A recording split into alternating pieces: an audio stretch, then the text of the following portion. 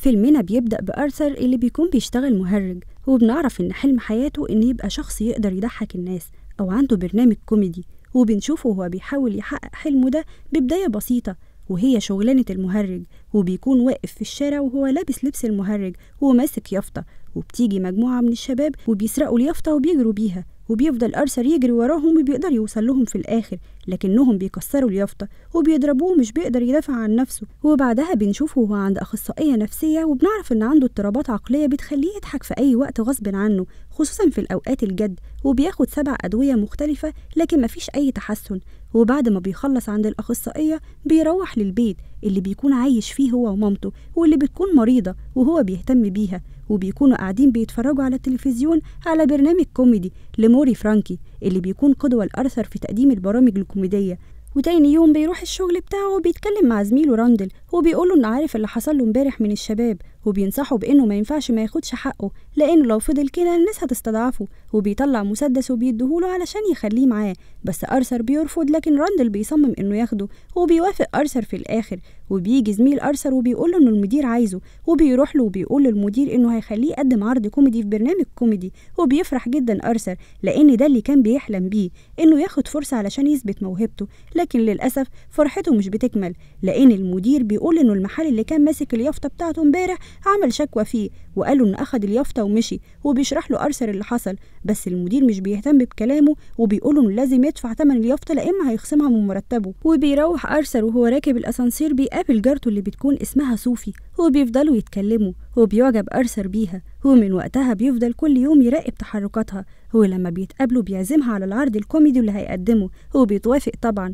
وبنشوفه وهو في مستشفى للأطفال بيقدم عرض، وأثناء رقصه بيقع المسدس بتاعه، وبيعرف المدير إنه كان معاه مسدس وهو في الشغل، وبيقوله إنه راندل قاله إنه اشترى منه مسدس، وبيرفضه طبعا. وبيكون مروح وهو لابس لبس المهرج في المترو، وبيكون مهزوم من كل حاجة، فقد شغله والناس بتضايقه ولسه ما حققش حلمه. وبعد كل ده بيلاقي شباب في المترو بيتريقوا عليه بسبب ضحكه الهستيري بلا سبب، وبيضربوه وبيقع على الأرض كمان، لكن المرة دي مش بيستسلم للأمر زي كل مرة، وبيطلع المسدس بتاعه وبيضرب نار على كل واحد، وبيضرب التالت في رجله وبيهرب قبل ما يقتله، وبيقف المترو وبينزل ورا الشاب، ومش بيرتاح غير لما بيقتله، وبيحس بلذة في الوقت ده لأنه قدر ياخد حقه لأول مرة في حياته.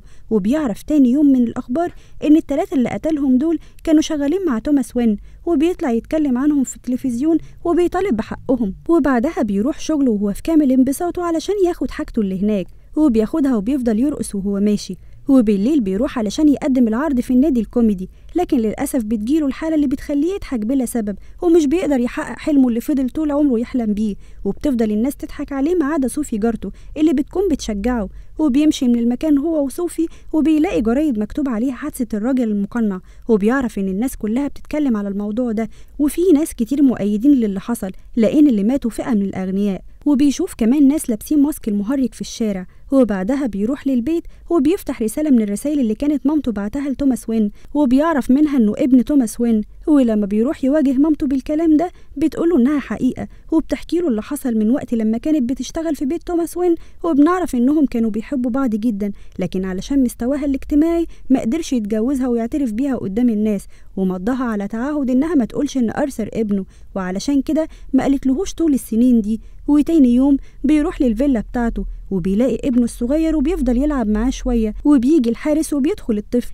وبيقول له أرثر إنه عايز توماس وين، وبيعرفه إنه ابن الست اللي كانت شغالة هنا زمان، وبيقول له اسمها، وبيقول له كمان إنها قالت له كل حاجة، فبيتريق عليه الحارس وبيخنقه أرثر. وبعدها بيسيبه وبيجري بسرعة، وبيروح وبيلاقي الإسعاف جاية تاخد مامته لأنها تعبت فجأة، وبيودوها المستشفى، وبتكون صوفي جارته معاها وبتواسيه على اللي بيحصل. وبيكون التلفزيون مفتوح على برنامج موري فرانكي، وبيلاقي أرثر إنه عارض المقطع اللي كان بيضحك فيه بهستيريا وبيتريق عليه وبيطلق عليه اسم الجوكر، فبيتضايق جدا طبعا. وبعدها بنشوف الوضع الاقتصادي في البلد وهو متدهور، وبسبب ده بتنزل الناس وبيعملوا مظاهرات ضد الأغنياء، وبيكونوا لابسين قناع المهرج، وبينزل معهم أرثر وبيكون قدام المكان اللي بيقعدوا فيه الأغنياء، وبيقدر أرثر إنه يدخل من غير ما حد ياخد باله، وبيلبس لبس ناس من اللي شغالين جوه، وبيطلع لقاعة السينما وبيلاقي معظم الأغنياء اللي بيكونوا في مناصب عالية قاعدين كلهم بيتفرجوا على فيلم، وبيفضل مستني لغاية ما توماس وين يقوم للحمام وبيروح وراه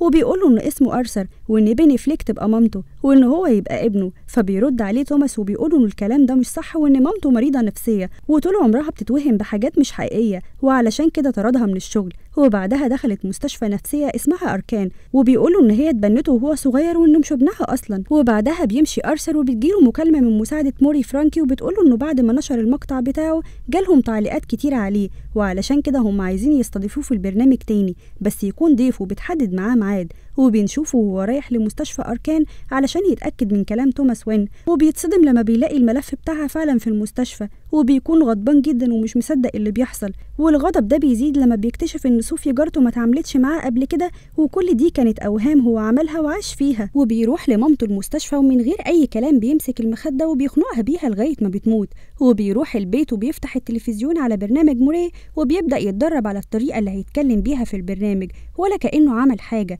والباب بيخبط وبنلاقي زمايله اللي كانوا معاه في الشغل راندل وغاري، وبيقول له راندل ان الشرطه حققت معاهم كلهم في القضيه اللي حصلت وهو متهم في القضيه دي فمحتاج شهادته. وفجاه بيضربوا أرثر لغايه ما بيموت، وبيقول لغاري انه هيسيبه ويمشي لانه الشخص الوحيد اللي كان بيعامله كويس. وبعدها بيلبس لبس الجوكر علشان يروح للمقابله التلفزيونيه، وفي الطريق بيفضل يرقص بطريقه غريبه وكل ده بيدل انه اتحول لمريض نفسي. وبيشوفوه ظباط وبيبقوا عايزين يتكلموا معاه لكنه بيهرب منهم بسرعه وبيروح للمترو وبيركب، ومن حسن حظه بتكون اغلب الناس لابسين ماسك الجوكر وبيقدر انه يختفي وسطهم. هو بياخد القناع من شخص وبيلبسه، وبتحصل خناقه في المترو وبيحاولوا الضباط انهم يوقفوا الخناقه لكن للاسف بتطلع طلقه من مسدس الضابط وبتقتل واحد وبتحصل فوضى اكتر في المكان. وبيقدر أرثر انه يهرب وبيروح للبرنامج وبيتكلم مع موري وبيقوله انه يقدمه باسم الجوكر وبيقوله ان ده الاسم اللي اطلقوا عليه اول مره. فبيرد عليه موري وبيقوله انه مش فاكر حاجه زي كده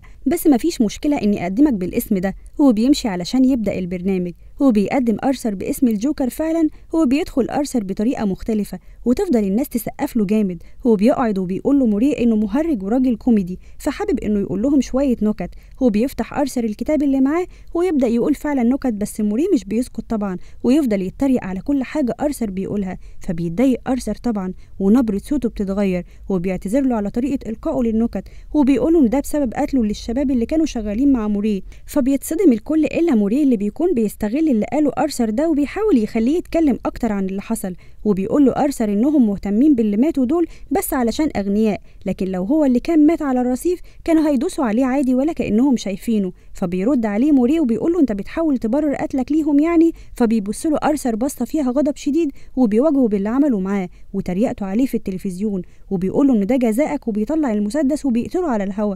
وبتحصل فوضى في الاستديو وبتيجي الشرطه وبتقبض على أرثر، وبنشوف الشوارع وهي فيها مظاهرات وفوضى وبتخبط عربيه مطافي في عربيه الشرطه اللي راكب فيها أرثر اللي بيكون سايقها شخص مقنع بقناع الجوكر. وبيطلع أرثر من العربيه وبنشوف توماس وين ومراته وابنه اللي بيكونوا بيحاولوا يهربوا لكن بيتم قتلهم من شخص. وفي الناحية التانية بيكون الجوكر واقف فوق عربية وهو فخور جدا بنفسه وباللي عمله والناس بيشجعوه وبيندهوا باسم الجوكر. وفي آخر مشهد في الفيلم بنشوف أرثر وهو في مصحة نفسية وبيخلص الجزء الأول هنا.